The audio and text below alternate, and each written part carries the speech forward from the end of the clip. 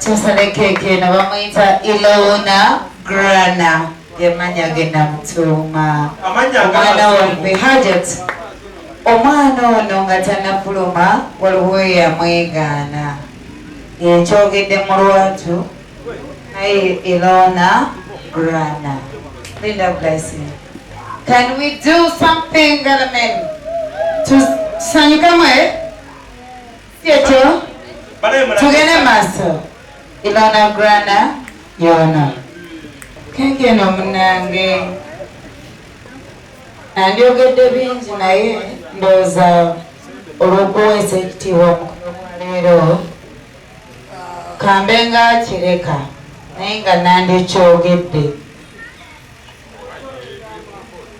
Tuli ku mukolo of course. Ani abyogedde. Era ne mu maaso ga Hajati nfukamireko lyawo. Emikisa nagenda najo. Siri muntu mubi. Oli kunta wonna mwezo. Ndi muntu mulungi. Era bwe mbeera ne ngamba ono kamubeerewo mbeera mulungi. Naye nga omanyi tusooka okubeera mulungi eri abantu bonna. Igwe nakola okubi mu mbeera eno. Tusaleko ekigwe. Salako eki esaawa eno nzibu gwe Grace. Grace tusaleko eki esaawa nzibu nnyo tukwate akaso bannange.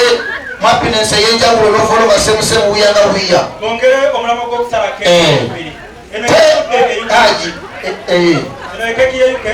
Eyuke. Eno gyetugenda okusala. 5 3 tuli wamu 2 1. Era mu maaso gano gennyini agenda keeki Naise Haji Yakub Rashidi Lukwago Obugalo kusala obugalo alusi. mwanyinange era mwanyinange mbadde nsaba keeki ntusale ffenna omukyala waffe omulamu wange Kyekyo. tugende mu maaso Badde nsaba. Tubale. On count of 100. ani alina agambe 20 11 5 4 3 2 1 0. Mr. Kolo, what are you saying? teyanzige. Okay, Grace, endala efuda mama. Keeke eyokubiri evuddewo Asia omwana ono nakula naye mama kange bamwita Asia muwala mu Islaamu n'omwana gwengenda gwengamba nti Mukama aba amumpadde mu Islaamu. Amina. Ani aziwulidde? Gamba neiba. Bambika mama ka Islaamu omwana bamwita Asia. Nange Asia neyanzanyo neyanzige. Namakula ate nga mukyala munno yasumulukusa olunaku lwa leero. Obubaka ki bw'osobola okumuwa? Oh my God, Rema Namakula, congratulations. Webale buta intervening abantu mubi bintu bye personal life abantu bemanako emirembe mama webale okusumula okugana osumula okukireeyo kati nakusasirireeyo gama mulungi. I'm so happy for you. Bwekibanga kyekyo kyebaŋŋamba webale kusumula okukireeyo Katonda mulungi. Grace, twagala okumanya omwana tulaba amanya omutumya g'Abayisiraamu. Taata we Musiraamu? Manya kyo. Omwana yennyini keeki tulaba wataddeko amanya. Ngaki? Gamba amanya g'Abasiraamu. Ng'amanya ki?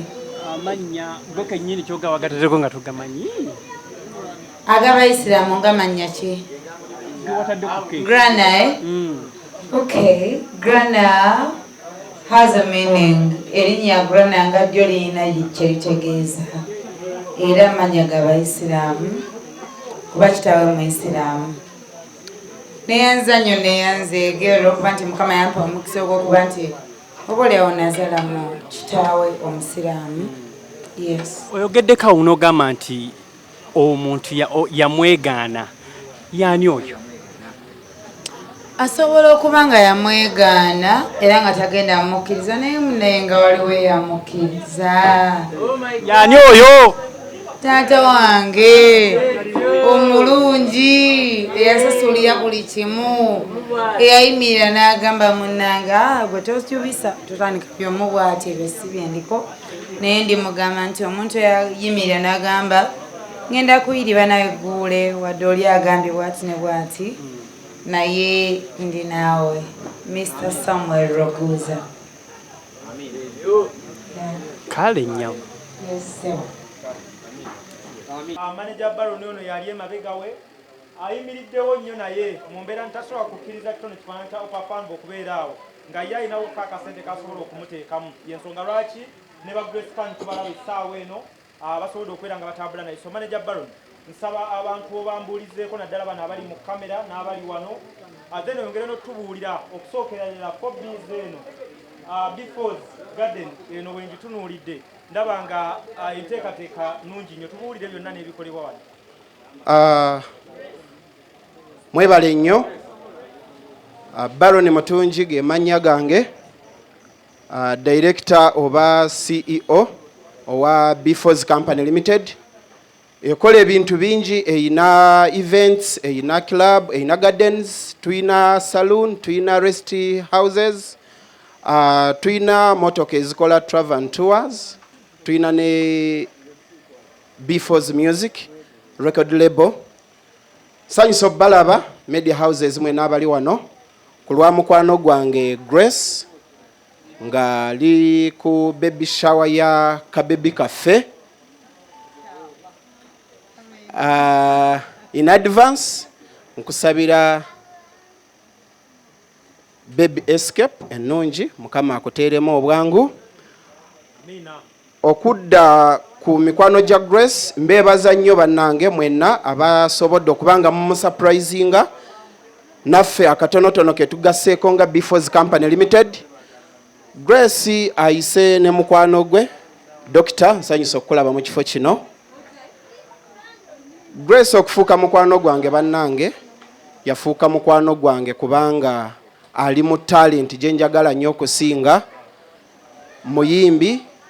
Grace ate muntu mulamu, buli weemwagalira Grace weemufunira, era Grace muyimbi wange mu bufunze.